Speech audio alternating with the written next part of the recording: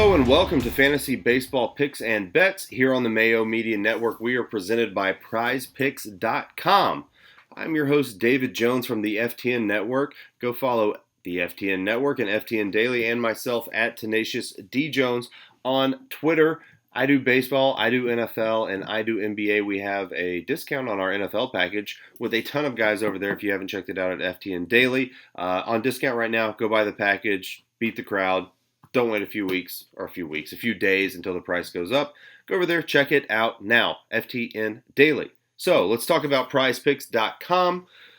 PrizePicks, if you haven't signed up for PrizePicks, is a site where you bet on fantasy players' overs and unders. You should use the code MMNMLB, as in Mayo Media Network MLB, when you sign up if you haven't already. It's not too late. It's not just baseball. They're going to do NFL. They're going to do NBA. They're going to do all the sports. PGA is probably on there. I don't do a lot of PGA, but I assume it's on there. Go check it out, prizepicks.com. I'll tell you a couple of plays that I like on Friday. I like Willy Adames for the Brewers. The Brewers should be able to get to Mitch Keller of the Pirates. He's pretty bad. We're going to talk about how bad he's been recently when we talk about stacks here shortly, later on in the show. But his fantasy projection is 7.5 points. The Brewers just put up, what did they put up? 17 runs on Thursday night, something crazy like that. 10 runs the night before that. They're on a hot streak right now. They're hitting well. They're going into the playoffs. They're trying to keep that number one spot. The Brewers, they should get to Mitch Keller. Pretty confident in that. Willy Adames is one of the better bats on the Brewers. He's hitting right there in the middle of the lineup. If the Brewers score, he's going to score too. Bet the over. Next, I like Franmil Reyes of the Cleveland Guardians. Is that what we're calling him now? Over 7 fantasy points. I like Cleveland always against lefties. It's a very good lefty hitting team. People don't give them enough credit for that, but that gives us a little bit of an edge in DFS. Going up against Alexander, who's been pretty poor. He hasn't given up a home run the past 2 games, but before that, he has. He's not going very deep into really any game this season, going 3 or 4 innings. I think he got just over 5 the last game, but that was because the pitch count stayed kind of low. I think you can go with Rays and the Indians over. I think the Indians probably beat the Detroit Tigers, but Rays over 7. He's my favorite bat there. He's the best lefty hitter on the team. Go with him. Now let's talk about DraftKings a little bit. Talk about who we're going to play with our 2 pitchers and our stacks and our one-offs for the big slate on Friday night. Friday night always has a big slate. So if you like baseball, you're going to like Friday nights. You can look at, there's several plays that you can go with, really, on DraftKings. You've got Zach Wheeler up top going up against Cincy.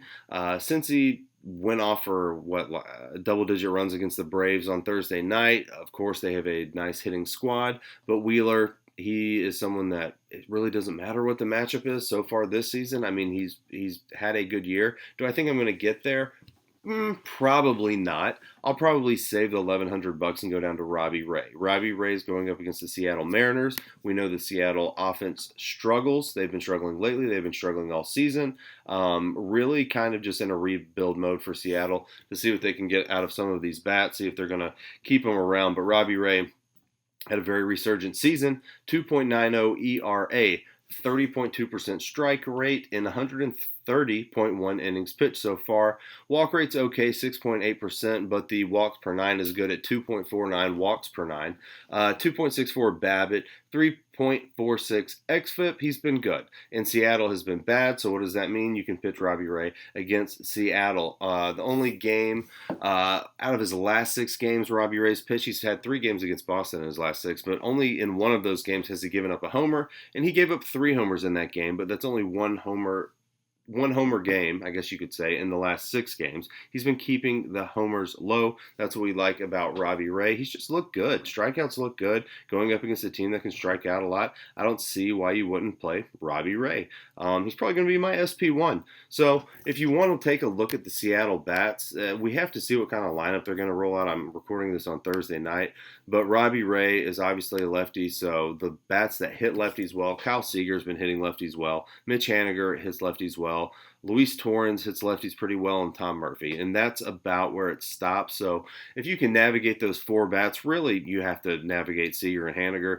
then he should be okay. He's going to get the strikeouts no matter what, I think. You just don't want to put up like 3 or 4 runs on him. I don't think they do. I don't think they hit a homer off him. That's why I'm going to be playing Robbie Ray at a discount, or at least a discount from Wheeler.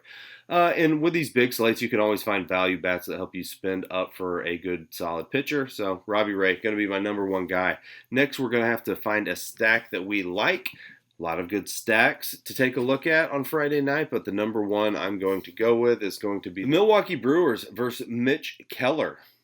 7.06 ERA for Keller on the season, 12% walk rate, 5.18 walks per nine. That's pretty bad. 20.7 strikeout percentage. It's not good. He's getting 8.95 Ks per nine. I mean, I shouldn't say not good, but it's average. It's average. It's nothing you need to avoid. Ground ball rate super low, though, 36.5% ground ball rate. That means a lot of balls are getting in the air. He's allowing 1.26 home runs per nine. I think that number should be higher and will be higher by the time the season ends.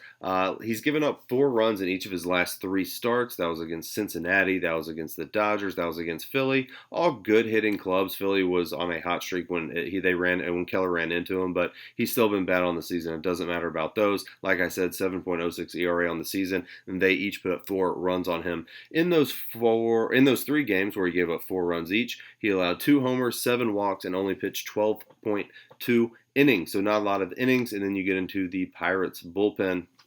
Brewers, they've been awesome. They put up 17 runs yesterday, mentioned that earlier, put up 10 runs the night before that. If you don't count yesterday, because I didn't factor that in when I was doing the math because it's still Thursday night, they were the top 5 scoring teams over the past 3 days. I assume they are going to be 1 or 2 if you look at the past 3 days after the 17 runs yesterday, but that's also factoring in a 20-run game by Boston, so they're going to be 1 or 2. Probably one. So they're hot right now. They are striking out the second least amount in the MLB over the last 3 games, which is pretty shocking for the Brewers because they are typically a high strikeout team, but they're focused right now. They are trying to keep that number 1 spot going into the playoffs. I like what they're doing right now. So what bats do we want to use for the Brewers? Let me pull them up here. Eduardo Escobar, he's probably going to be my top bat that I'm going to get in my stack. He's got 17 homers his last 288 at-bats, hitting 320, 240 off righties, 240 ISO in that same time span. Avisel Garcia, 16 homers in his last 260 at-bats, hitting 320 with a 210 ISO. Willy Adames, mentioned him in the prize picks portion of the show, 13 homers, 3 behind Garcia. In his last 250 at-bats, 10 less at-bats than Garcia, hitting 360, which is better than Garcia, and 210 ISO, which is better than Garcia. Luis Urias, like him, hitting 330 his last 247, 9 homers. And Omar Narvaez, hitting 370 with 9 homers in his last 213 at-bats with a 180 ISO. I like all those guys. Those are my top 5 guys. If you want to mix in someone like a Jackie Bradley or a Tyrone Taylor if he's in, a Jace Peterson, someone like that, it's all okay, but I'd probably limit it to one of those guys. Try and get 4 out of that top stack going up against Keller and the Pirates. Brewers are going to win. Spoiler alert, they're going to be one of my bets too. So moving on to bets, or you know what, let's talk about the one-offs first. Going around our Brewers stack. Austin Riley going up against Gray with a 4 ERA, but he hasn't pitched a lot this season. He's allowing 3 home runs per 9. Riley's hitting cleanup and walking out to Stone Cold's music these days. He changed that yesterday, I believe. That will get you going. In his last 285 at-bats, 21 homers, hitting 410 WOBA like Austin Riley to go long in Atlanta. After that, Rafael Devers going up against Spencer Watkins. In his last 241 at-bats against a righty, best righty hitter on the team, 20 homers, hitting 410. That is the same as Austin Riley. Just noticing that. Both hitting 410. In their last, they got 40 different at-bats. Riley's got 1 more homer than Devers. Devers has been better. I like Devers against Watkins. Franmil Reyes, mentioned him at the top of the show, going up against Tyler Alexander, the lefty. In his last 86 at-bats, 5 homers, hitting 360. Best lefty hitter on the team. Like where he's sitting in the lineup. I think Cleveland scores on Alexander.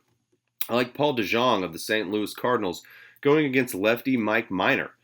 I'm not convinced that Paul DeJong isn't the best lefty hitter on this team. I mean, if you look at the numbers, he's pretty damn close. He's going to be hitting 8th, but in his last 50 at-bats, 4 homers, hitting 330 WOBA, 280 ISO.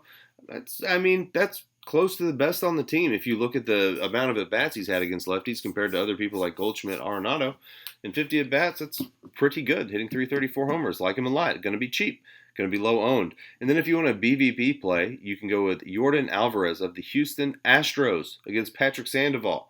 In 5 at-bats, 2 homers off him. That is a BVP play and a BVP play only. I really do like these one-off bets, though. I think you can use 2 or 3 of them. I think you're going to be good there. Let's talk about bets to close out the show. I mentioned my Brewers love. I'm going to take them on the spread, at the spread, minus 1.5 at the juice is 115 right now. I expect that to go up. So Brewers spread bets, not money line bets. We're going to do the spread bets. I think they crush it. And then I'm also going to take the Cardinals going up against Mike Minor. Talked a little bit about Paul DeJong, that I like him as a one-off, but this team on paper can hit lefties. Do they always pull it together? No, they don't. Should they be able to do it better? Yeah, they should. I'll take the Cardinals minus 127 on the money line. They've got Flaherty pitching for them. He is better than Mike Minor. He has been better all season. The Cardinals have a better batting lineup than what Mike Minor's going to have behind him. Cardinals should win. Minus 127 should be easy money.